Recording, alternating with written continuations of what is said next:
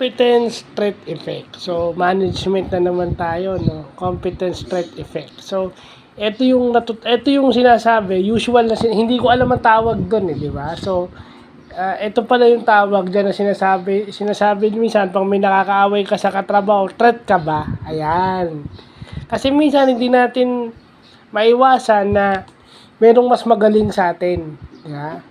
Merong mas maalam o mas knowledgeable o mas proficient kesa sa atin. Di ba? So, kung pakiramdam nyo nasasapawan na kayo or na-undermine na kayo, magiging defensive na kayo. Kumbaga, yung magiging defensive kayo dahil nagkakaroon na kayo ng anxiety dahil natetreat na kayo na baka kayo mapalitan sa posisyon. Di ba? So, yung pala ang tawag dyan, competence threat effect.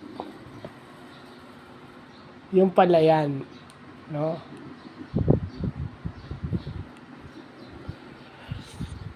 Kasi yung iba, since pakiramdam nila mas matagal na sila, yun yung minsan pag mas matagal na kayo, kahit naman ako di ba? Usual yan pag mas matagal na kayo, pakiramdam nyo, mas magaling kayo doon sa mas bago. Pero dapat nyo rin maintindihan na hindi porket baguhan lang siya,